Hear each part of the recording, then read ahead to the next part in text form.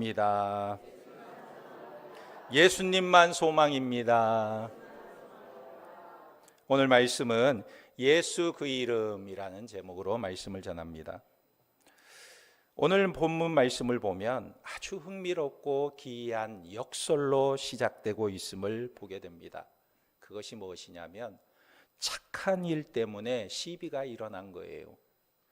베드로와 요한이 성전 미문에 앉아있던 40년 동안 걷지 못하던 안진뱅이를 고쳐주었어요. 그러면 이것은 누가 보아도 명백한 착한 일이었습니다.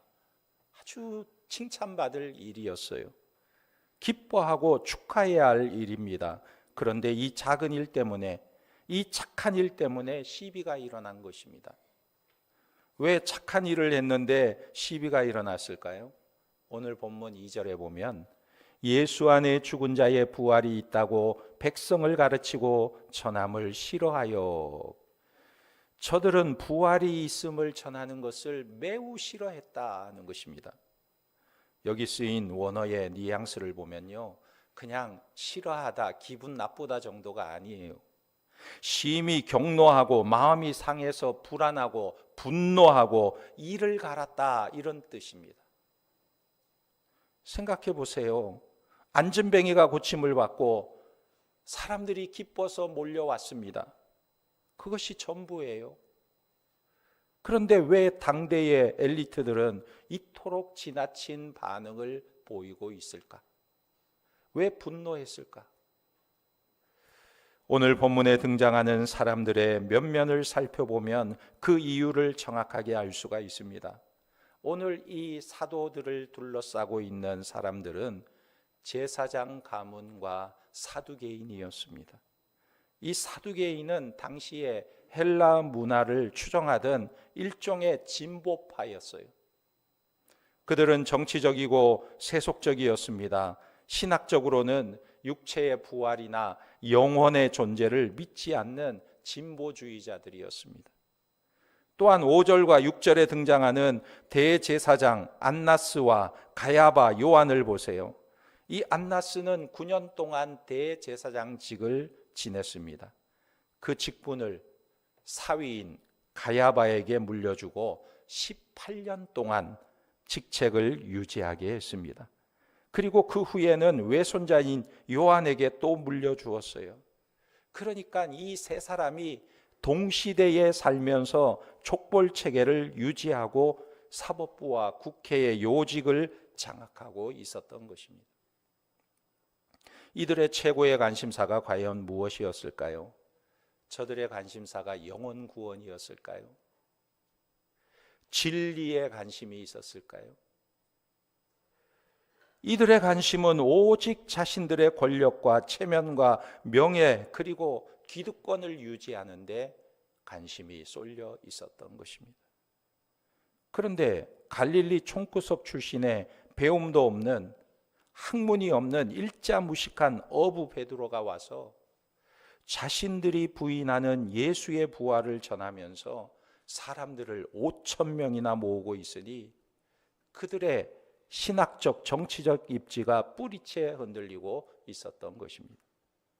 그래서 저들은 성전 수비대장을 대동해서 베드로를 체포한 뒤에 70인 공회에 세우고 이렇게 신문하고 있는 거예요.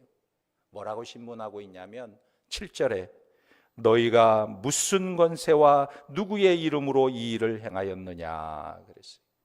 쉽게 번역하면 너희 뒤에 있는 빽이 누구냐? 무슨 권세로 너희가 이런 일을 하고 있느냐? 묻는 것입니다. 이것을 보면요, 뭐 눈에는 뭐만 보인다는 말이 생각나요.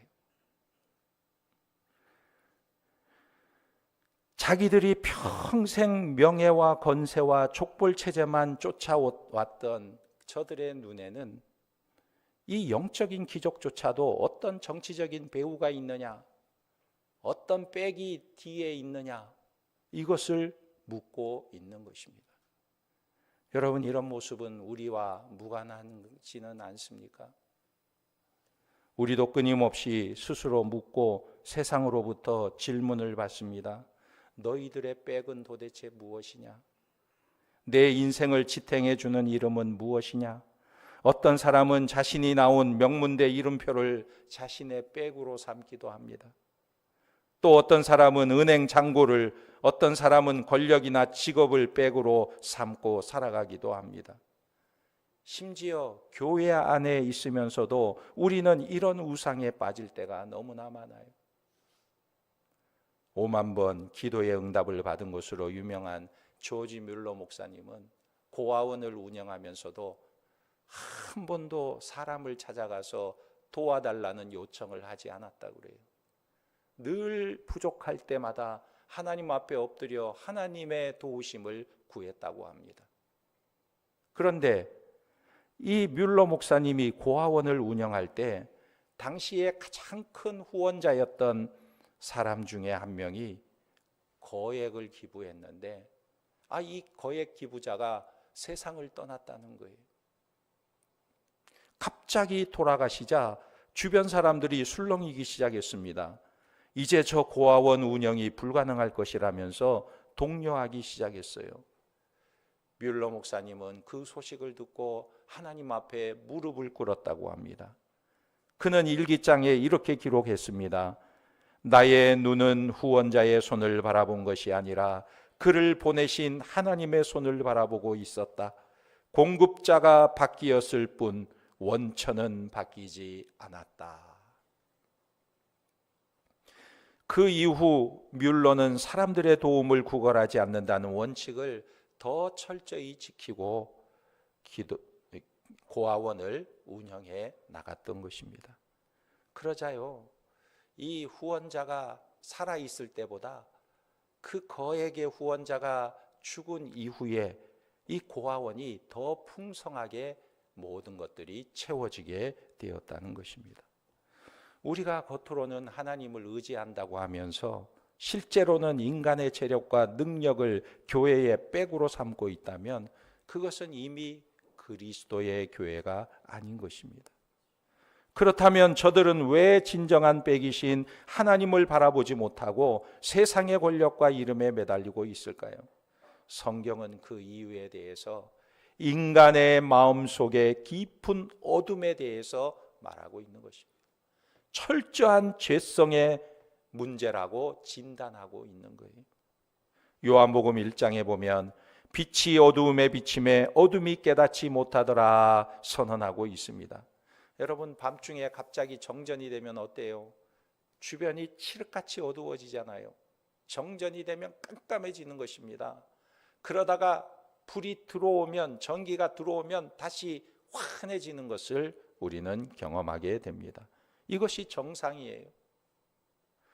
그러나 인간의 영적인 어두움은 너무나 짙어서 진리의 빛이 바로 눈앞에 비추어도 밀어내버린다는 거예요. 받아들이지 않는다는 것입니다.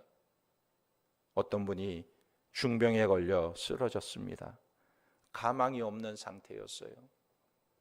이분은 평소 종교가 인간을 위해 있는가, 인간이 종교를 위해 있는가라는 철학적인 고민만 하던 분이었습니다. 쓰러진 지 일주일 뒤에 부인이 다니던 교회에 목사님이 병상에 찾아와서 간절히 그를 위해 기도해 주었어요. 그런데 부인이 내 남편이 어떻게 기도를 받을까 보니까 두 눈을 부릅뜨고 기도하는 목사님을 빤히 쳐다만 보고 있더래요. 그래서 너무너무 속이 상해가지고 저 인간이 수술을 앞두고도 기도도 안 하네. 나중에 수술이 끝나고 깨어난 뒤에 그의 남편이 말했습니다. 도대체 저 사람들은 무슨 힘을 가졌기에 남이 아픈데 와서 저렇게 간절히 기도하는지 알 수가 없네. 나도 알아봐야겠다. 이런 말을 하는 거예요. 그러면서 이분이 그때부터 예수를 믿게 되었다는 것입니다. 여러분, 이것을 보면 죽음이라는 절대절망의 수술대에 올라가서야 겨우 신락 같은 빛 하나가 바늘구멍처럼 뚫고 들어가게 되는 거예요. 인간의 심령이 이토록 어둡다는 것을 말해주는 것입니다. 어느 목사님이 80세가 다 된 어르신이 하도 만나자고 하길래 만났대요. 만났더니 이분이 이렇게 말하는 것입니다. 목사님, 저에 대해서 좀 판단해 주세요. 저는 70평생 살면서 손톱만큼도 잘못한 것이 없어요. 그리고 저는 내 재산을 털어서 시골 학교도 짓고 구제 사업도 많이 했습니다.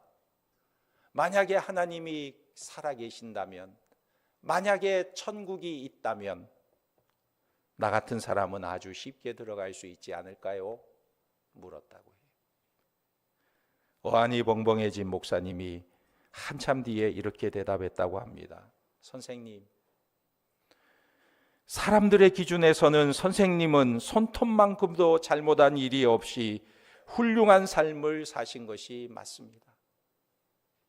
그러나 절대적으로 의로우시고 거룩하신 하나님 앞에서는 마치 그 삶이 태양 앞에 서 있는 촛불과 같은 모습일 뿐이에요. 여러분, 태양이 비추면 촛불이 빛을 발합니까? 태양이 내리쬐고 있는데 촛불을 아무리 밝혀도 주변이 환해질까요? 촛불은 아무것도 아니에요. 이것이 바로 현대인의 모습인 것입니다. 자기가 약간의 선행을 행했다고 그 알량한 도덕성을 내세워서 스스로 구원할 수 있다는 것은 교만한 마음에서 비롯된 것입니다. 그러나 성경이 우리에게 던지는 가장 치명적이고도 정확한 진단서는 단 3글자예요. 무엇이냐면 너는 죄인이다 하는 거예요. 죄인이다. 내 인생의 방향과 목적이 근본적으로 잘못되어 있다는 것입니다. 마치 도마 위에 있어야 할 칼이 침대 위에 올라가서 사람을 해친다면 그 칼은 목적을 상실한 것과 같다는 거예요. 마찬가지로 창조주 하나님을 섬기며 살아야 할 인간이 자기 육신의 욕망을 백으로 삼고 살아가는 것, 그것이 바로 죄이고 그 결과는 영원한 심판이라는 것입니다. 그러나 현대인들은 죄라는 단어를 몹시 불쾌해야 합니다. 사람들은요, 교회에 와서 그저 달콤하고 격려 어린 축복의 말씀을 듣기를 원하는 거예요.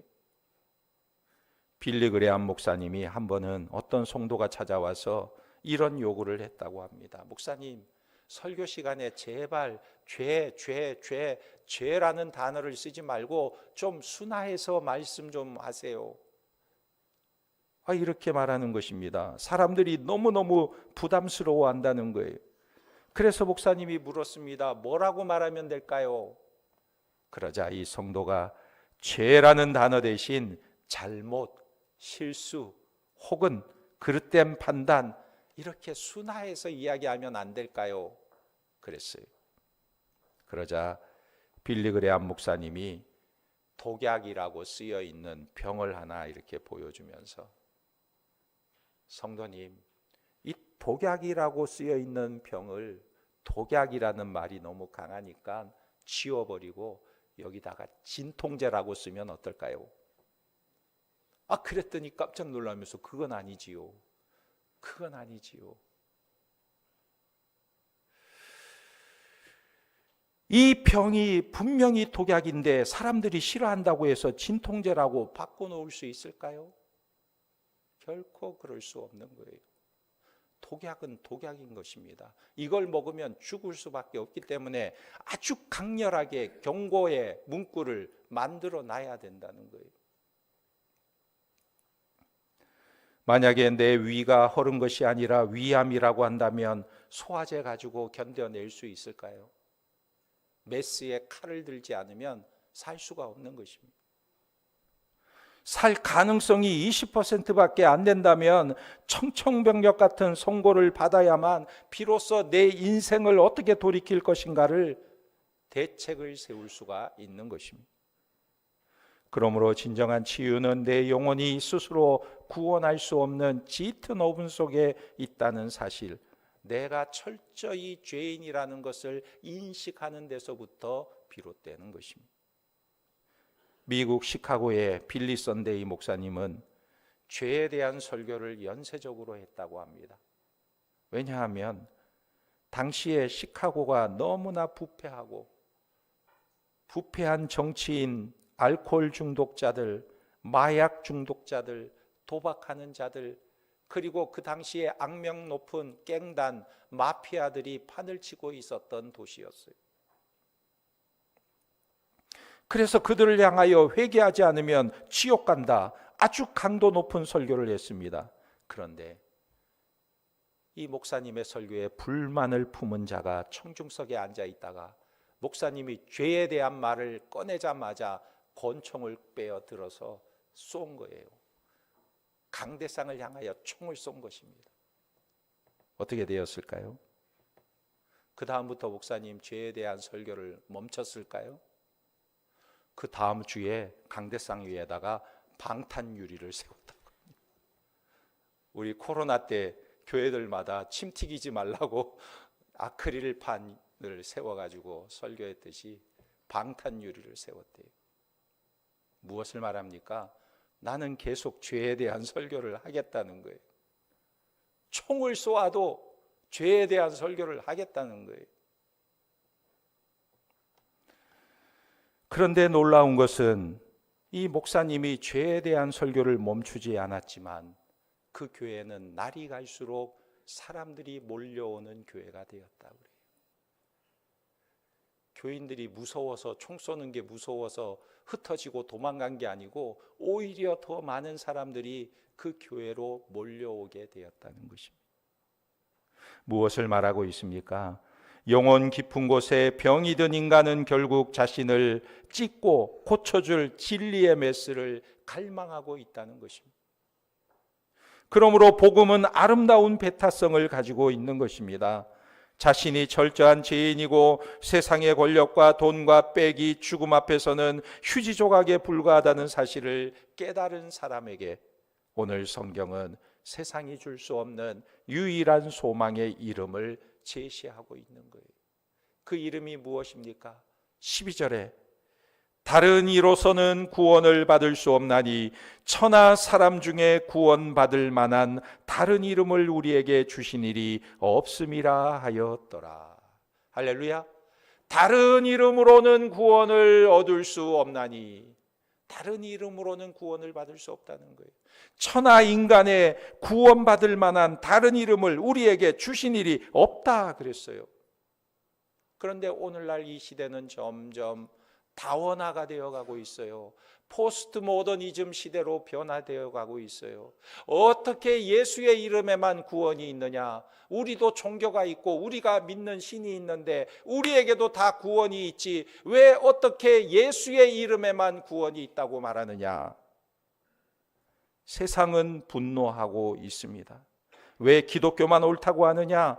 기독교가 너무 독선적이지 않느냐? 비판하는 것입니다.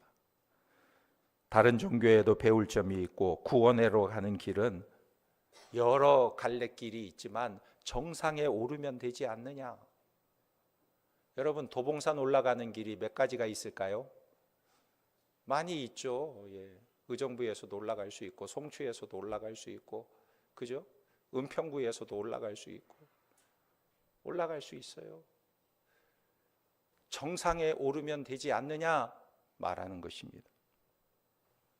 그러나 오늘 이 말씀은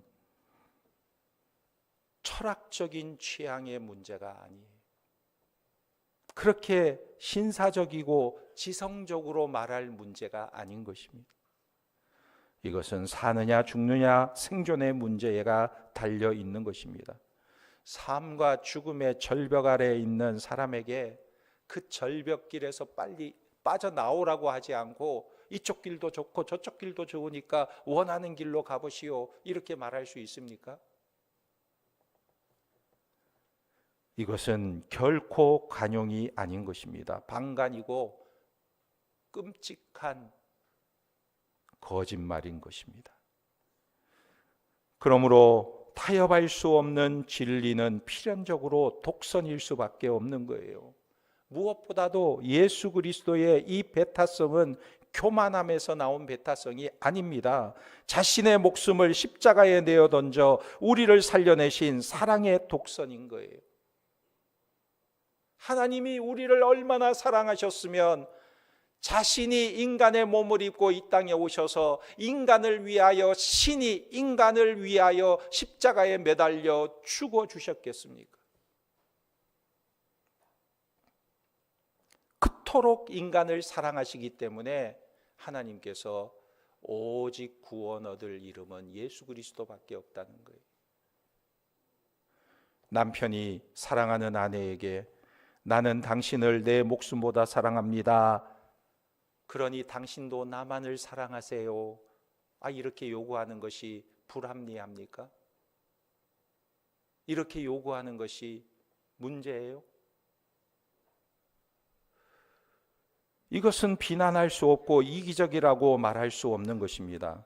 반대로 어떤 점잖은 남편이 나는 당신을 너무나 사랑하지만 당신은 다른 남자들을 다 사랑해도 좋아요. 이게 신사적입니까?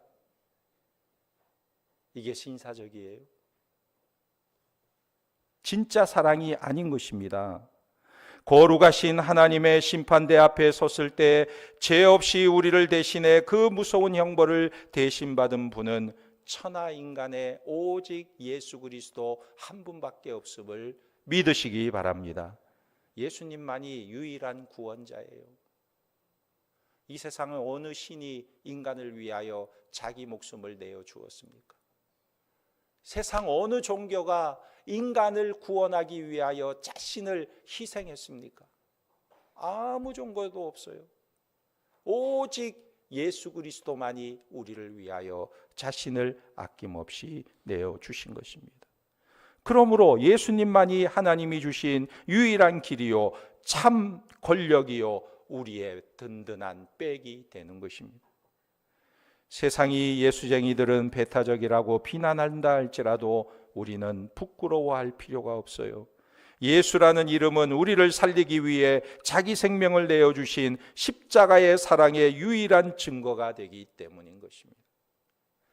여러분, 세상은 끊임없이 우리를 공격합니다. 겉으로는 돈 문제, 직장 문제, 인간관계 문제로 우리를 짓누르는 것 같지만 진짜 사탄의 목적은 단 하나예요. 우리가 붙들고 있는 예수의 이름과 십자가의 소망을 내려놓으라는 것입니다. 그러나 우리의 능력은 어디에서 나오는 것입니까? 오늘 본문 8절 말씀에 보면 그 무시무시한 권력자들 앞에서도 베드로가 담대하게 예수의 이름을 선포할 수 있었던 이유는 단 하나, 베드로가 성령이 충만하여 그랬다. 성령이 충만하여 그 위협 앞에서도 당당하게 말했다는 거예요. 하버드 대학의 저명한 신학자인 하비 콕스라는 신학자가 있습니다. 오래전에 세속도시라는 책을 썼는데 그 책에 이런 내용을 말하고 있어요. 사회가 도시화되고 세속화될수록 하나님이 계실 자리는 사라질 것이다, 이렇게 분석했어요. 그런데 그가 30년 뒤에 하늘로부터 오는 불길이라는 책에서 자신의 주장을 뒤집어 엎었습니다. 뭐라고 말했냐면 그가 살펴보니까 주 5일째가 되어서 사람들이 여가 시간이 많고 갈 데가 많고 그래서 교회를 다 떠날 줄 알았대요. 그런데 알고 보니까 그렇지 않더라는 것입니다. 교회를 떠날 줄 알았는데 교회에 오히려 모여들고 있더라는 거예요. 그래서 그가 이렇게 선언했습니다. 교회는 애초에 사회학적, 정치적 조건으로 존재하는 것이 아니다. 교회는 오직 성령의 역사로 세워지고 부흥한다. 그러므로 성령이 충만해지면 우리의 인간의 근본적인 문제와 구원과 죄사함의 문제에 눈을 뜨게 되는 것입니다. 사람의 빽이 사라졌다고 벌벌 떨지 않는 것입니다. 내 인생의 진정한 소망이 세상의 권력이나 재물에 있지 않음을 알고 모든 두려움으로부터 해방되어 참된 자유를 누리게 되는 것입니다. 우리 스스로에게 한번 물어보시기 바랍니다. 우리는 나는 내 인생의 마지막 순간에 누구의 이름을 부를 것인가? 나는 누구의 이름을 의지하여 살고 있는가? 나는 누구의 이름을 백으로 삼고 있는가? 세계를 정복했던 위대한 영웅 나폴레옹은 죽는 순간에 평생 자기가 집착했던 여인의 이름 조세핀을 부르면서 허망하게 세상을 떠났어요. 조세핀, 조세핀, 조세핀.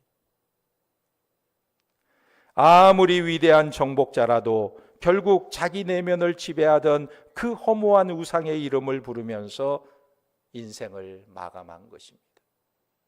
그러나 초대교회 순교자인 스데반은 수많은 사람들이 던지는 돌에 맞아 피투성이가 되어가면서도 그 끔찍한 순간에도 하늘을 우러러보면서 주 예수여 내 영혼을 받으시옵소서 기도하며 천사 같은 모습으로 하며 그 얼굴은 슬픔과 근심과 고통이 아니라 기쁨과 즐거움과 환한 표정을 가지고 하늘을 우러러보며 하나님의 부르심을 받았다는 거예요. 여러분, 마지막 순간에 누구의 이름을 부르시겠습니까? 김소월이라는 시인의 초원이라는 시에 이런 구절이 있습니다. 산산이 부서진 이름이여 허공 중에 헤어진 이름이여 불러도 주인 없는 이름이여 부르다가 내가 죽을 이름이여 선체로 이 자리에 돌이 되어도 부르다가 내가 죽을 이름이여. 세상의 권력, 돈, 명예 결국 산산이 부서지고 허공 중에 흩어질 허망한 이름이라는 거예요.